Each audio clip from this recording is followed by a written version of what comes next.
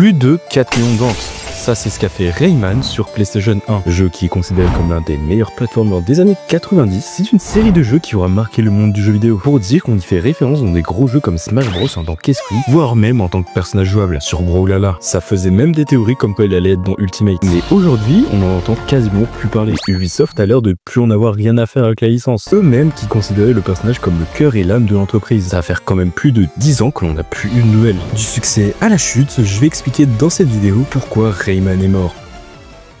Déjà, pour les gars du fond qui ne connaissent pas trop, c'est quoi Rayman ? Sorti pour la première fois en 1995, Rayman est à la base un jeu en 2D. La série a ensuite évolué vers la 3D avec Rayman 2 et Rayman 3, avant de revenir à la 2D avec Origins et Legends. L'histoire est simple, Rayman, un personnage sans bras ni jambes, doit sauver le Grand Proton, une source d'énergie qui maintient l'équilibre du monde, et libérer les électrons capturés par le mystérieux Monsieur Dark. Le jeu a été un immense succès sur PlayStation et continue de bien se vendre aujourd'hui. Cette réussite a permis à la licence de se développer avec de nombreuses suites et spin-offs. Mais maintenant, on n'en entend plus du tout parler. Pourquoi ? Les ventes, tout simplement.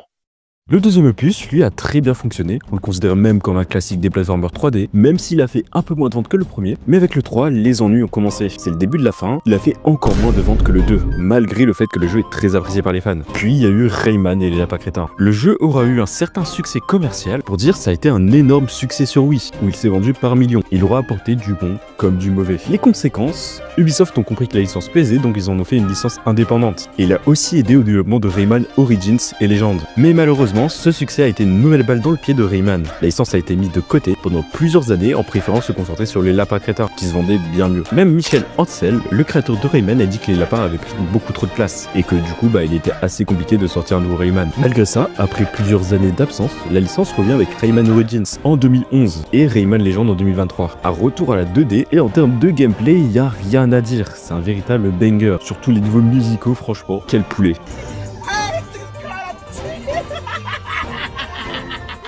Mais ce qui conduira le jeu à l'échec, c'est Ubisoft eux-mêmes.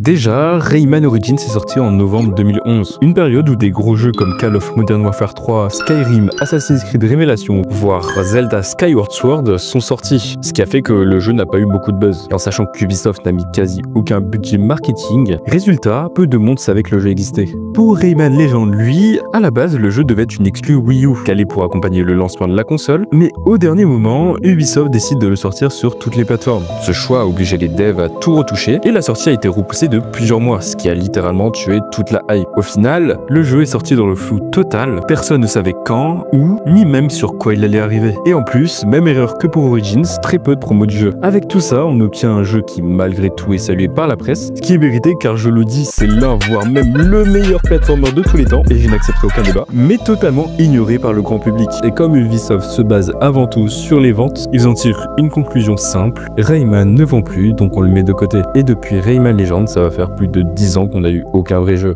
Peut-on espérer un retour ?